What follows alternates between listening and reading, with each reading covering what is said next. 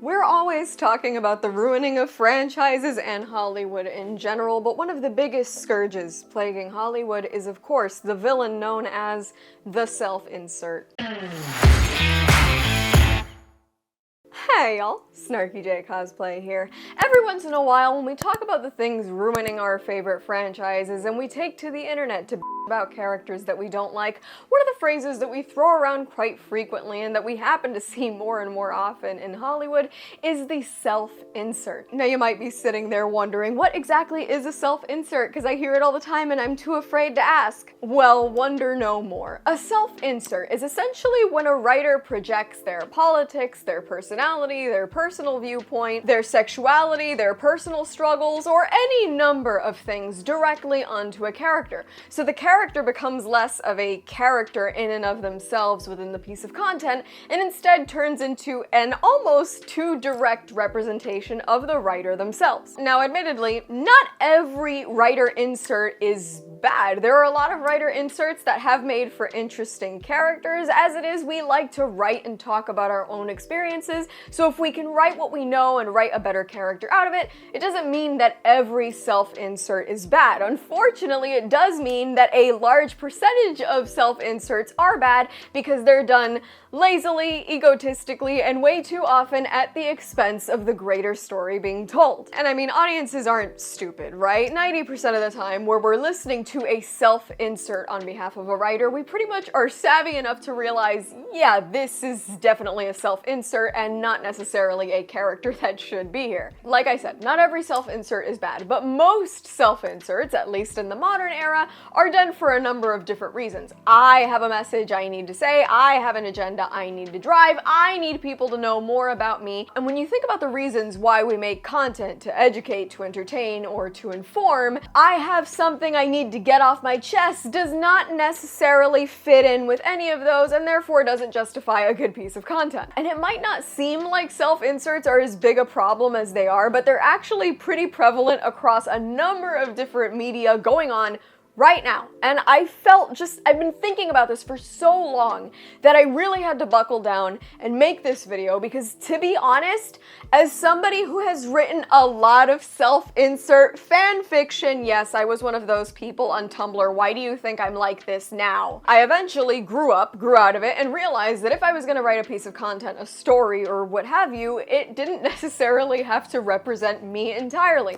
Unfortunately, a lot of people managed to get to Hollywood and did not figure that out. And the first case we're going to talk about is everybody in the writer's room over at my beloved Disney Plus show that I miss every day. I think you guys know which one I'm talking about, SheHulk. The writers of this show openly admitted that Jennifer Walters, otherwise known as SheHulk, was pretty much based entirely on themselves. And while that would have worked had these people had some fun, interesting messages like what SheHulk once had within her own comic series, it might have worked. But being that they were a bunch of 30-somethings looking to complain about their love lives, it made for a show almost as frustrating as my actual love life. See, the problem with a character like SheHulk is, yeah, you can have a character that is a frustrated 30-something-year-old woman with a challenging love life, and if all of that was done well, then it would have been a good show. SheHulk is an admittedly fun character, and I don't think that their original idea was that far off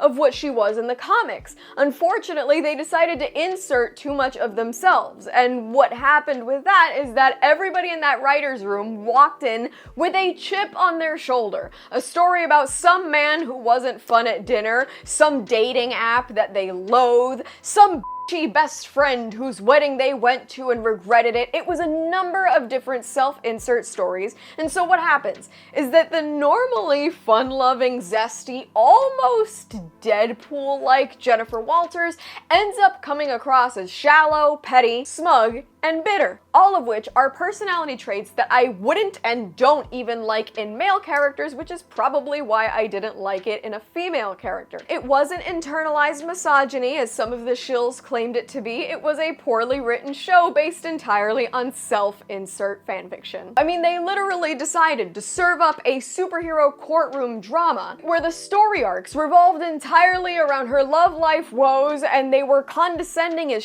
to every male character in the show, so it wasn't even close to superhero storytelling. It was just people that needed to complain. And to me, it was just puzzling, because if they wanted to vent about their love lives so badly, I understand, but I don't think She-Hulk was the place to do it. Moving on to another equally beloved self-insert, let's move on to Mindy Kaling's Velma. See, initially a lot of complaints about Velma in the new series was that she didn't exactly look like the Velma that we're all used to.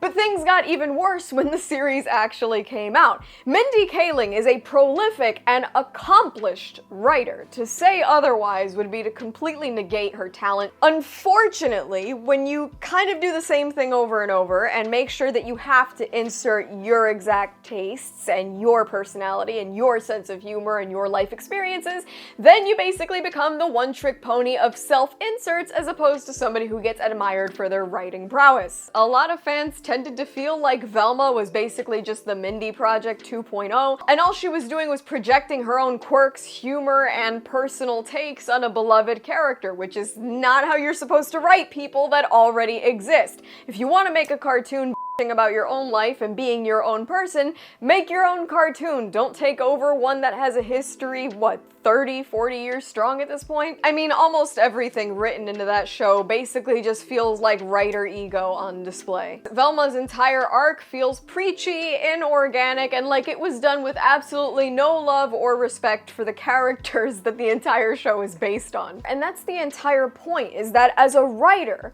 when you're writing things, if your personality is overshadowing that of the character, if you have a set of established motivations or even a personality like we had with Velma, when your own starts to overtake the character, you're not serving the content. And that's why so much of this that we have to sit through today sucks. Speaking of things that have dropped in quality, it's not exactly confirmed, but I have an inkling that one of the reasons why we keep getting Rey No Name Palpatine Skywalker shoved down our throats when it comes to Star Wars is because she is a self-insert for our beloved Kathleen Kennedy. When we consider the idea of a brunette girl boss pushing her way through a challenging narrative, besting and overshadowing every single man she encounters, even when they arguably should be better at what they do than she is. I mean, how quickly doesn't she kick Kylo Ren's ass? And the guy had been training in this in years. She just picked up a lightsaber yesterday. God, the sequel trilogy is terrible. It could be a metaphor for how Kathleen Kennedy pushed her way past being a personal assistant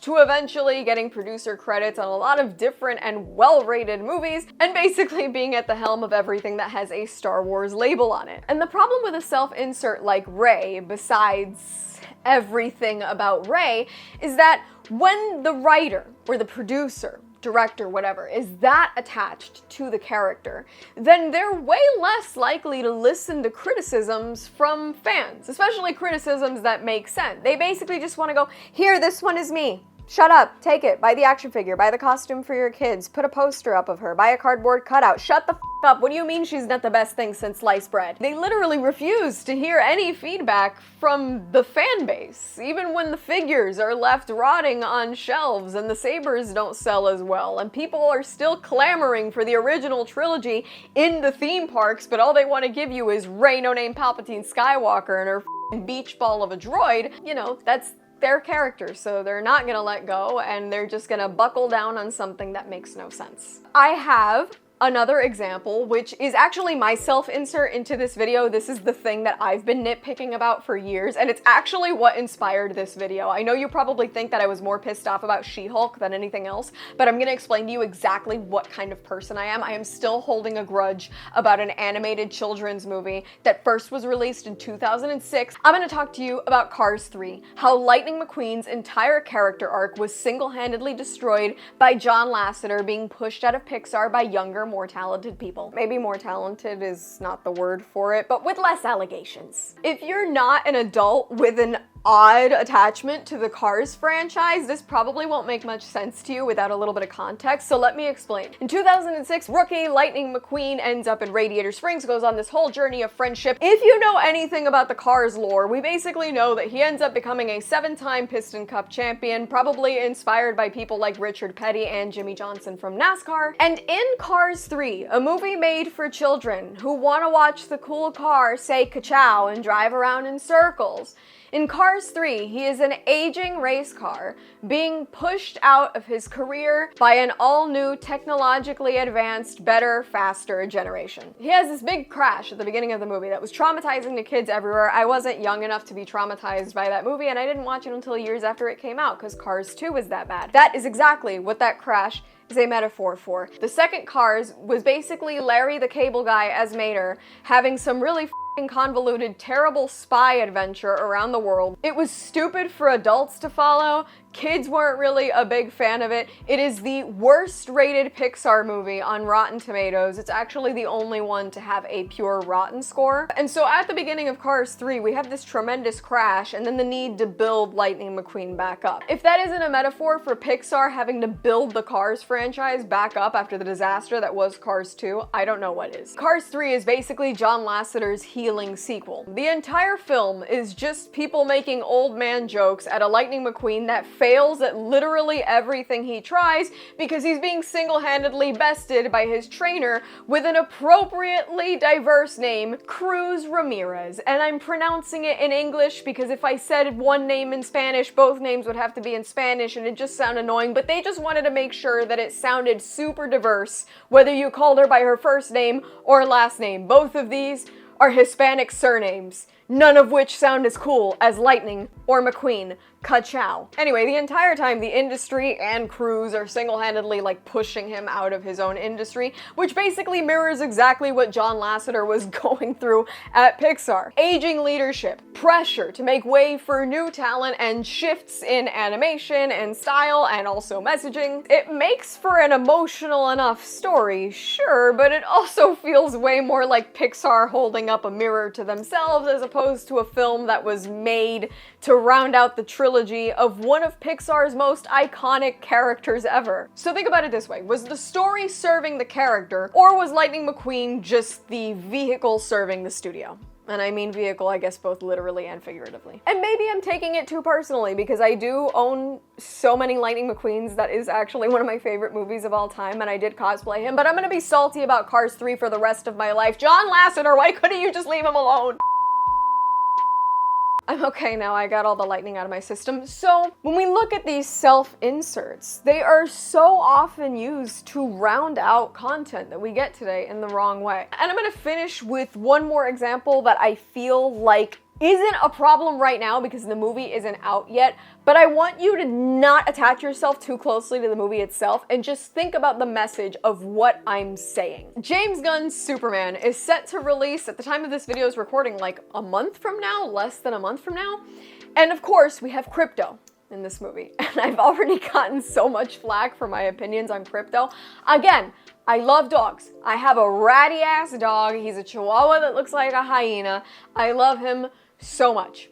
But I grew up watching Crypto the Super Dog, and I remember Crypto being this big, like lab type dog. He looked super noble. And then in this movie, they get what looks like some kind of rat terrier. I'm not saying he's not cute, I'm just saying he doesn't exactly look like, you know, a Kryptonian super dog. James Gunn, whom I'm honestly still questioning why they gave him the keys to the kingdom with such abhorrent tweets about all kinds of things that I'm not even gonna repeat. You can look at those for yourself. He, while in the midst of writing this movie, adopts this misbehaving, formerly abused dog. I think it's great. Adopt, don't shop.